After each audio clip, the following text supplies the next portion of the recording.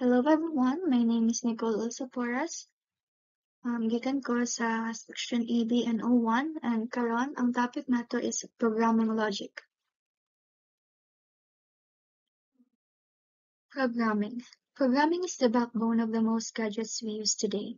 So, totoo ni, ang mga devices tulad ng smartphones, computers, ug smart TVs ay nagkinahanglan sila ng mga software nga gisulat gamit ang mga programming languages aron mag-function ng maayos. So, over the several decades, programming and programming languages have evolved a lot. So, ang programming daw and ang programming languages ay nag-evolve nag-evolve dako ang gi-evolve niya kay sa patuloy na kanang pagdako or pag-improve ng atong technology karon nagkinahanglan og mga new ideas or mga kanang new inventions, mga para makasabay ta sa kanang atong karon technology.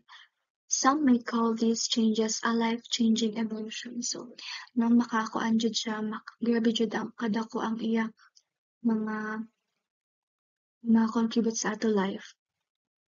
Logical thinking is one of the most necessary skill for success in programming. Yes, tinuod na kay sa programming is ang dapat namin skill is logical thinking. So there no is marami jud ways na ma-improve pa ang programming logic nato. But the most important thing na kailangan natin mo karon is to encourage kids nowadays to start early. Logical thinking starts in childhood. Playing chess or solving a simple puzzles, working through Sudoku puzzles and other similar games that enhances logical thinking skills. So, mas maayo jud na habang bata pa ta gina-train na nato ang atong logical thinking skills para magamit nato sa future. Few of the 10 tips to improve your programming logic in languages such as C, C++, Java, Net, Python, JavaScript, Perl, Shell, Script, and many more. Programming skills. Reading about the data structures and mga algorithms can boost your logical and reasonable thinking skills considerably. As you read, if mag-read ka, ma-understand nimo and ma-practice nimo ang algorithms.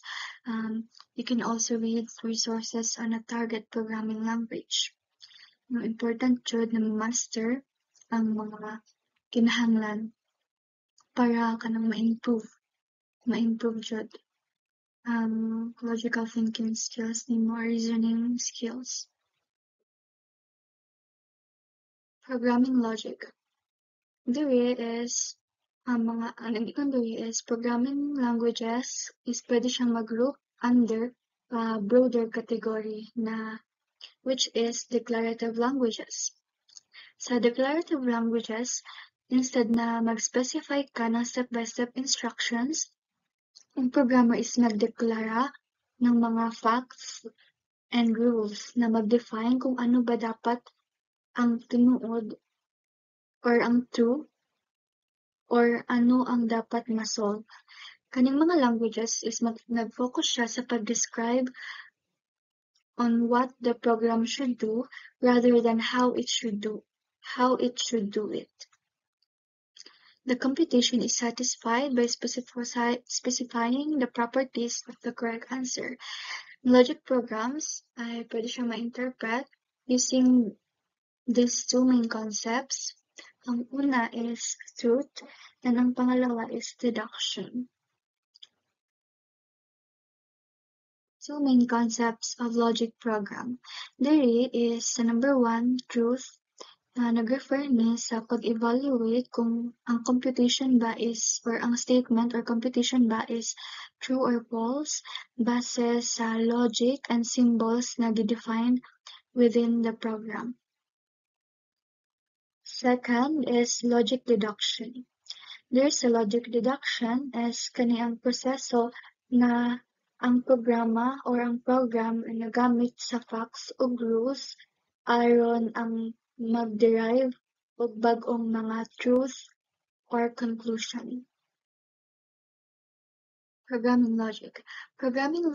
Logic programming languages are classified as high level. So, mga programming languages daw ay gina-classify siya sa high level languages kasi nag-implement sila ng computations logic rather than mechanics. So, logical programming languages, ginaalam na lang data to be presented in both extensionally and intentionally. So, sa extensionally, nagpasabot nga ang data gipakita pinaagi sa mga concrete examples, while intentionally, nagpasabot nga ang data gipakita pinaagi sa mga logical definitions or rules nga nagdescribe sa mga properties o relationships sa data imbis sa maghatag og specific na examples. So naadjud sila ang extensionally and intentionally naadjud kalahian. Improve your programming logic.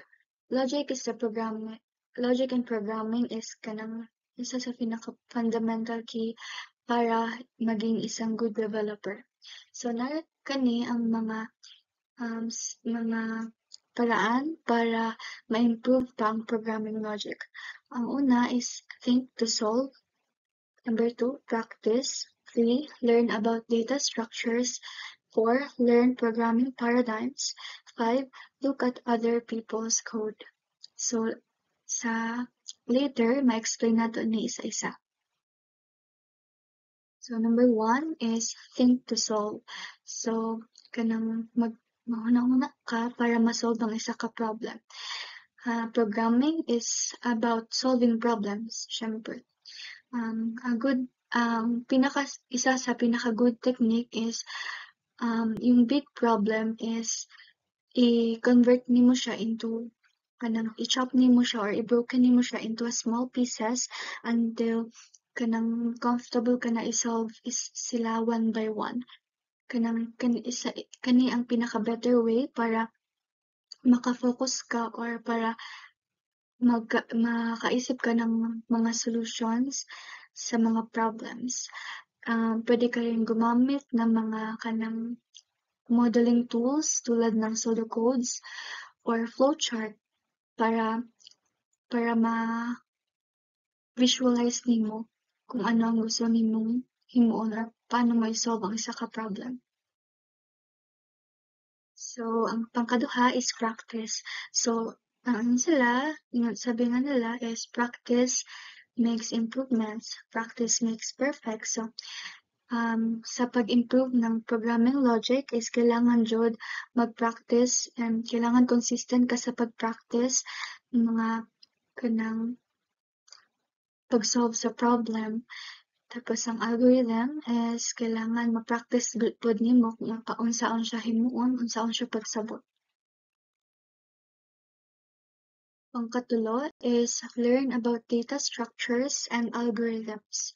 So, kailangan maka-learn ka ng mga data structures and kung paano magplano para maka-focus ka sa problems na gusto nimo i-solve. Ang pangkaapat is learn programming paradigms.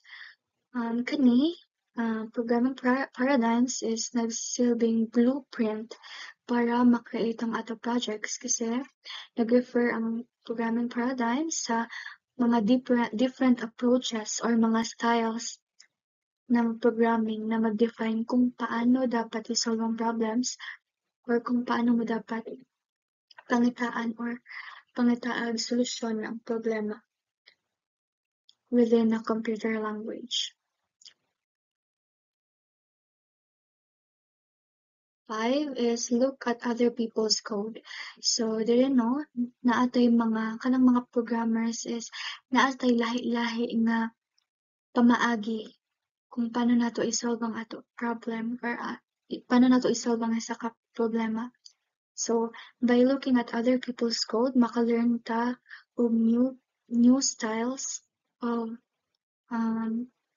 coding and ma-improve nato ang ato skills and makagain tag insights sa different approaches na yan. Summary, programming logic is foundation na karon sa atong modern technology kay nag-evolve naman ang nag-advance naman ang ato technology, so dapat mag-advance pod ang mga knowledge nato and ang mga pag-develop ng mga gadgets and mga systems na ginagamit nato karon is apil po dira ang application of programming logic.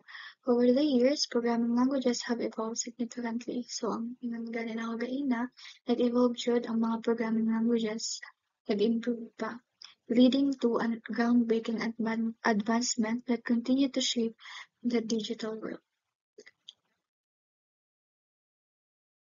So, developing strong programming logic. So, tulad ng gaina na habang bata pa dapat gina-exercise, gina-train ang mga kanang brain cells ng mga bata nga para mag-encourage nato sila na ma-develop ang kanilang logical thinking skills na magamit nila sa future. Exposure to programming languages such as C, C++, Java, Python, and JavaScript at a young age fosters a deep understanding of computational thinking and logical or algorithmic design.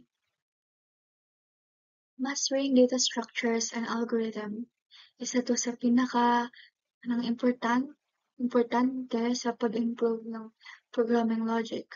Learning about mga structures, mga hash maps enhances reasonings and problem-solving abilities. Kailangan matuto ta na kanang solusyonan ng mga problems. Pag-practice ng algorithms is not only sharpens logical thinking skills, but it also helps in writing efficient and optimized code. So, logic programming is ma-fall siya sa under ng kategorya ng declarative languages which is mag-focus siya sa pag-analyze ng computations imbis na mag-define ng step-by-step process. This type of programming is based on two fundamental concepts, katulad ng giingon ako gaina, is truth and logical deductions.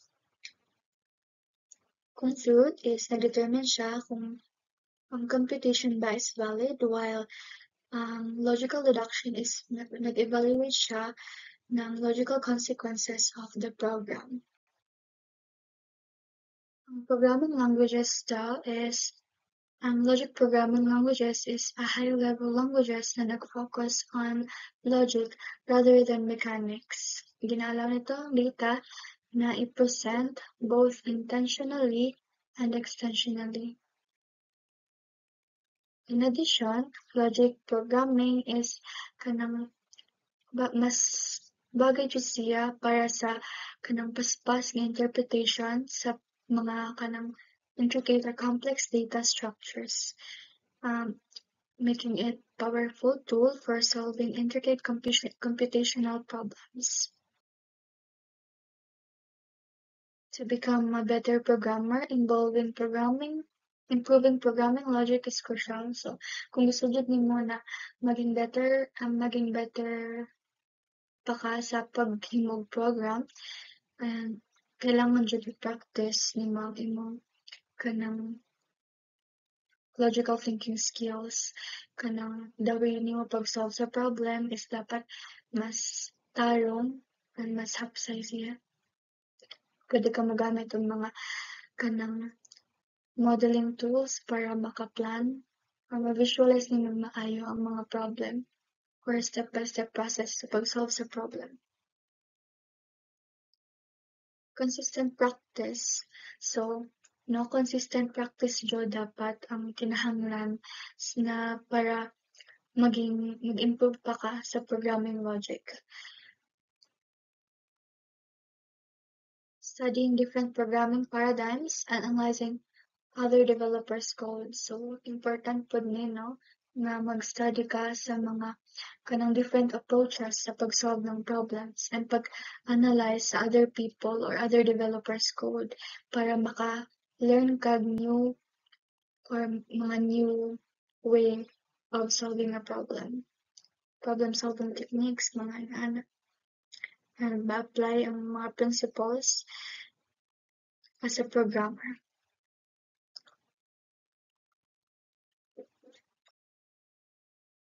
So that would be all, guys. Thank you so much for listening, and I hope na naamay na-learn sa akong gi-discuss karon. Thank you.